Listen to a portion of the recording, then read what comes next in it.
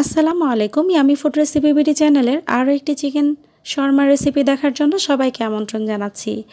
আজকে শেয়ার করব কিভাবে ঘরে থাকা উপকরণ দিয়ে মজাদার চিকেন শর্মা তৈরি করতে হয়। আর আমি আজকে এই চিকেন শর্মায় যে ধরনের মশলাগুলো ব্যবহার করেছি সবগুলো মশলাই কিন্তু আমাদের ঘরে অ্যাভেলেবেল থাকে। আশা করি আপনারা যদি আমার এই চিকেন শর্মা রেসিপিটি ফলো করে তৈরি করেন স্বাদের কিন্তু কোনো হেরফের হবে না। তো চলুন কিভাবে পারফেক্ট স্বাদের মজাদার চিকেন শর্মাটি তৈরি করতে হয় দেখে নিই প্রসেসিংটা।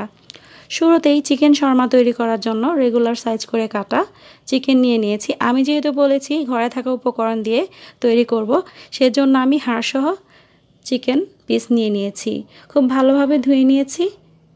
এখন আমি এতে অ্যাড করলাম 1 চা চামচ পরিমাণ মরিচের গুঁড়া, দিয়ে দিচ্ছি 1 টেবিল চামচ পরিমাণ আদা রসুন বাটা মিক্স করা, আর দিয়ে দিব 1/2 চা চামচ পরিমাণ টালা জিরা গুঁড়া, আর দিয়ে দিচ্ছি 1/2 চা চামচ পরিমাণ গরম মশলা গুঁড়া, আর এখানে আমি অ্যাড করব 1/2 চা চামচ পরিমাণ ধনিয়া গুঁড়া, দিয়ে দিব 1 চা চামচ পরিমাণ লাইট সয়া সস, আরও দিয়ে দিচ্ছি স্বাদ মতো লবণ। লবণটা একটু বুঝে দিতে হবে কারণ সয়া সসে কিন্তু লবণের পরিমাণ থাকে। দিয়ে দিচ্ছি 1 টুকরো লেবুর রস। এখন আমি সবগুলো মশলা চিকেনের গায়ে খুব ভালোভাবে মাখিয়ে নিব। খুব কম উপকরণ দিয়ে তৈরি করব, তাই কিন্তু আমি এখানে টক দই অথবা ভিনেগার এমন জাতীয় কোনো কিছুই ব্যবহার করছি না। এখন আমি রেখে দেব 10 মিনিটের জন্য ম্যারিনেট করে। আপনারা চাইলে আরও বেশিক্ষণ রেখে দিতে পারেন। এখানে আমি নিয়েছি 2.5 কাপ পরিমাণ ময়দা, আর ময়দাতে দিয়ে দিয়েছি 1 চা চামচ পরিমাণ চিনি, দিয়ে দিলাম স্বাদ মতো লবণ, আর দিয়ে দিব 1/2 চা চামচ পরিমাণ বেকিং পাউডার। এখানে কিন্তু আমি কোনো রকম টক দই অথবা ইস্ট ব্যবহার করিনি, আর বেকিং পাউডার কিন্তু সবার ঘরে অ্যাভেলেবেল থাকে। এখন খুব ভালোভাবে শুকনো উপকরণগুলোকে মিশিয়ে নিচ্ছি। মিশানো হয়ে গেলে এখানে অ্যাড করছি 1 টেবিল চামচ পরিমাণ সয়াবিন তেল। আবারও আমি খুব ভালোভাবে মিশিয়ে নিব। মিশানো হয়ে গেলে নর্মাল টেম্পারেচারে থাকা পানি দিয়ে দিব। একটু একটু করে পানি দিয়ে আমি একটা ডো তৈরি করে নিব। আর একেবারেই পানি দিতে যাবেন না বেশি পরিমাণ, এতে করে ডোটা লিকুইড হয়ে যাবে। আমরা রুটি বানানোর জন্য ঠিক যেরকম ডো তৈরি করে থাকি এই ডোটা কিন্তু ওইরকমই হবে।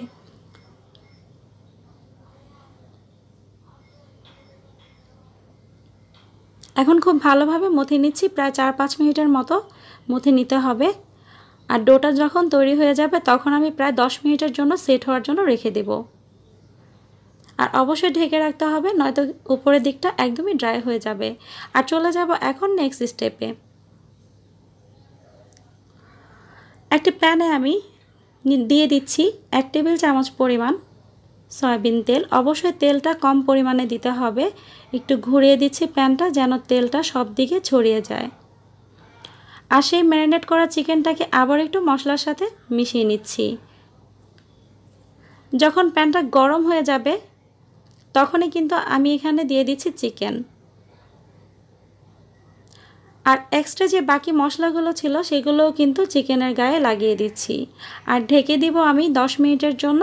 আর চুলার ফ্লেমটা কিন্তু মিডিয়াম ফ্লেমে রেখে দিব।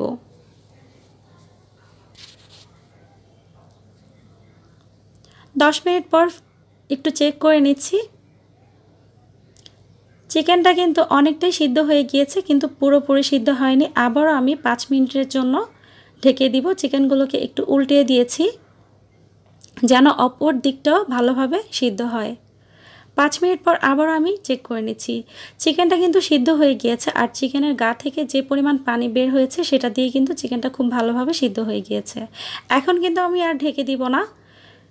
এখন আমি ঢাকনা খুলেই লো ফ্লেমে করে চিকেনটাকে একটু ভালোভাবে ভেজে নিব যেন চিকেনের গায়ে একটা পোড়া পোড়া ভাব চলে আসে। পুরো চিকেনটা আমার রান্না করতে 20 মিনিটের মতো টাইম লেগেছে। উল্টিয়ে পাল্টিয়ে সবগুলো সাইডে আমি পোড়া পোড়া করে ভেজে নিচ্ছি। এতে করে কিন্তু অনেক ভালো একটা ফ্লেভার আসবে। হয়ে গিয়েছে চিকেনগুলো। এখন আমি ঠান্ডা করার জন্য একটা সাইডে রেখে দিব যেন চিকেনটা খুব ভালোভাবে ঠান্ডা হয়ে যায়। আর চলে যাব আমি পরবর্তী স্টেপে। এখানে আমি শর্মার জন্য সস তৈরি করে নেব। 1/2 কাপ পরিমাণ মেয়োনিজ নিয়েছি। এই মেয়োনিজটাও কিন্তু আমার ঘরে তৈরি করা। এর রেসিপির লিঙ্কটা আমি ডেসক্রিপশন বক্সে অ্যাড করে দিব, চাইলে চেক করে নিতে পারেন। দিয়ে দিলাম 1 টেবিল চামচ পরিমাণ গুঁড়ো দুধ, আর এখানে অ্যাড করব 1 টেবিল চামচ পরিমাণ টমেটো কেচাপ। টমেটো কেচাপটা চাইলে আপনারা আরও একটু বাড়িয়েও দিতে পারেন। দিয়ে দিচ্ছি 1/2 চা চামচ পরিমাণ গোলমরিচের গুঁড়া। আমি এখানে কালো গোলমরিচের গুঁড়া অ্যাড করেছি, আপনারা চাইলে সাদা গোলমরিচের গুঁড়া অ্যাড করতে পারেন। দিয়ে দিলাম 1 টুকরো লেবুর রস। এখন আমি সবগুলো উপকরণ খুব ভালোভাবে মিশিয়ে নিচ্ছি। এই শর্মার স্পেশাল সসটাতে কিন্তু টক দইও ব্যবহার করা হয়, সরিষা বাটাও ব্যবহার করা হয়, অথবা গার্লিক পাউডারও কিন্তু ব্যবহার করা হয়। তবে আমি চেষ্টা করেছি একটু কম উপকরণ দিয়েই সসটা তৈরি করার জন্য। এতে কিন্তু টেস্টের কোনো হেরফের হবে না। খুব ভালোভাবে মিশিয়ে নিয়েছি। দেখুন সসটা কিন্তু একদম রেডি হয়ে গিয়েছে। এখন আমি সেই ঠান্ডা হওয়া চিকেনগুলোকে নিয়ে নিচ্ছি। চিকেনগুলোকে এখন আমি একটা নাইফের মাধ্যমে কেটে নিচ্ছি। তবে এগুলো যেহেতু হাড়সহ চিকেন, সেই ক্ষেত্রে কিন্তু নাইফ দিয়ে পুরো অংশটা কেটে নেওয়া যাবে না। যে অংশগুলো কেটে নেওয়া যাবে না, হাত দিয়ে একটু ছাড়িয়ে নিতে হবে। পাতলা পাতলা করে কেটে নিচ্ছি, দেখেই বুঝতে পেরেছেন। হাড় থেকে সে অবশিষ্ট মাংসগুলোও কিন্তু আমি ছাড়িয়ে নিচ্ছি।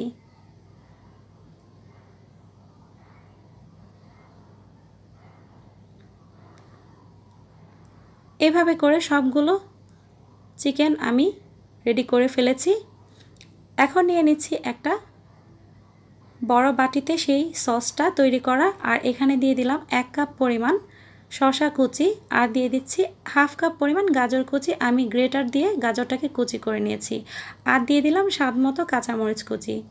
আপনারা চাইলে এখানে ক্যাপসিকাম অথবা টমেটো কুচি, ধনিয়া পাতাও অ্যাড করে নিতে পারেন আপনাদের টেস্ট অনুযায়ী।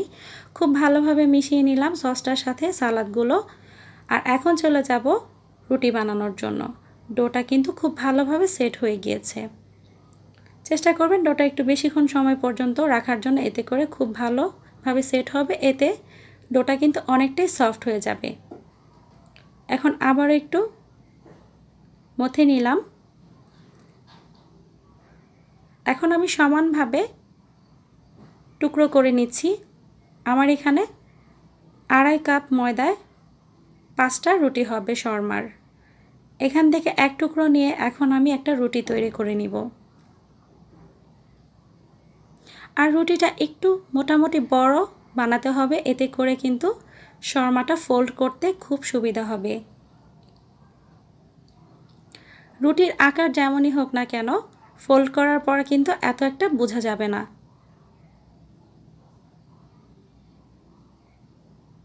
মোটামুটি বড় করে আমি বানিয়ে নিলাম রুটিটা।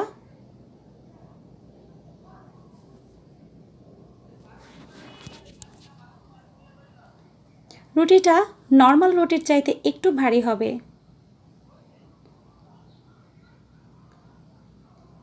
এভাবে করে আর একটা রুটি আমি বানিয়ে নিচ্ছি। আর রুটিগুলো কিন্তু খুব বেশি সময় বানিয়ে রাখা যাবে না, সাথে সাথেই কিন্তু ভেজে ফেলতে হবে। এখন আমি একটা প্যানে রুটিটা খুবই আলতোভাবে উঠিয়ে দিয়ে দিলাম, আর প্যানটা অবশ্যই গরম হতে হবে। চুলার ফ্লেমটা আমি মিডিয়াম ফ্লেমে রেখেছি। একটা সাইড হয়ে গিয়েছে আমার, 2 মিনিটের মতো একটা সাইড আমি ভেজে নিয়েছি। এখন উল্টিয়ে আবার 2 মিনিটের মতো ভেজে নিব। দেখুন রুটিটা কিন্তু হালকাভাবে ফুলেছে। এখানে যদিও আমি ইস্ট অথবা টক দই ব্যবহার করিনি, তারপরেও কিন্তু রুটিটা ভালোই ফুলে গিয়েছে। একটা রুটিকে প্রায় উল্টিয়ে পাল্টিয়ে 4 মিনিটের মতো ভেজে নিতে হবে।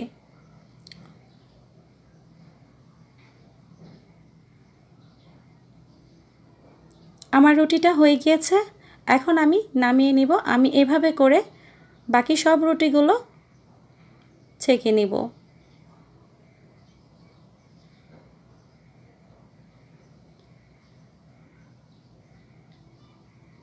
যখন প্যানটা মোটামুটি গরম হয়ে যাবে তখন কিন্তু খুব বেশি সময় লাগবে না রুটিগুলো ভাজার জন্য।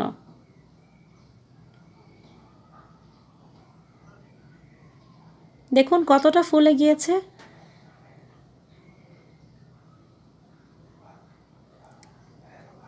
এভাবে করে সবগুলো রুটি আমি বানিয়ে নিলাম।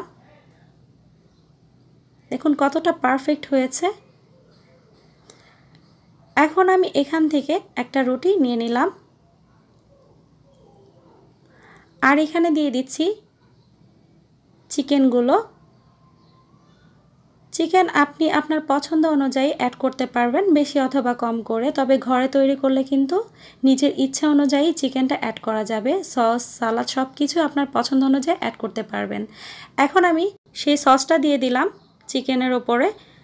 এখন ফোল্ড করে নিচ্ছি। দেখেই বুঝতে পেরেছেন কিভাবে করছি, এটা তো বলে দেওয়ার কিছু নেই। টুথপিক দিয়ে এখন আমি আটকিয়ে দিব যেন এটা খুলে না যায়। হয়ে গেল চিকেন শর্মা। এভাবে করে আরও একটা চিকেন শর্মা আমি বানিয়ে দেখাচ্ছি। চিকেন আবারও দিয়ে দিলাম রুটির উপরে, আবার দিয়ে দিব সেই সসটা।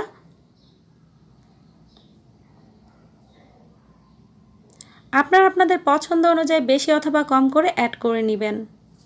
আপনারা চাইলে এখানে অন্যান্য রকমের সালাদও ব্যবহার করতে পারবেন, যেমন ক্যাপসিকাম অথবা টমেটো কুচি। আবারও ফোল্ড করে নিচ্ছি।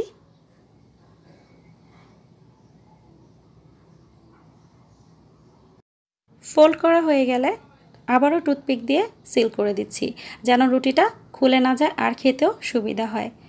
এভাবে করে সবগুলো চিকেন শর্মা বানিয়ে নিব। আর একটা আমি ফয়েল পেপার দিয়ে মুড়িয়ে নিয়েছি। এভাবে করে কিন্তু বাচ্চাদের টিফিন অথবা অফিসেও নিয়ে যেতে পারেন। কেটে দেখাচ্ছি ভিতরটা কেমন হয়েছে। দেখুন কতটা লোভনীয় হয়েছে, খেতেও কিন্তু অনেক বেশি টেস্টি হবে। আমার এই চ্যানেলে কিন্তু আরও একটা চিকেন শর্মা রেসিপি রয়েছে, আমি ওই রেসিপির লিঙ্কটা ডেসক্রিপশন বক্সে অ্যাড করে দেব, আপনারা চাইলে দেখে নিতে পারেন। তো কত সহজে ঘরোয়া উপকরণ দিয়ে এই চিকেন শর্মার রেসিপিটা শেয়ার করলাম। আশা করি আপনাদের কাছে ভালো লেগেছে, আর ভালো লাগলেই কিন্তু আমার সার্থকতা। প্লিজ আমার চ্যানেলটিকে সাবস্ক্রাইব করতে ভুলবেন না, পাশে থাকা বেল আইকনটিতে ক্লিক করে রাখবেন। এতে করে আরও মজার মজার রেসিপি যখন আমি আপলোড দিব তা চলে যাবে আপনাদের নোটিফিকেশনে। আর রেসিপিটি ভালো লাগলে অবশ্যই লাইক, কমেন্ট, শেয়ার করতে ভুলবেন না। আজকে এই পর্যন্তই, ভালো থাকবেন সবাই। কথা হবে অন্য কোনো রেসিপি নিয়ে। আল্লাহ হাফেজ।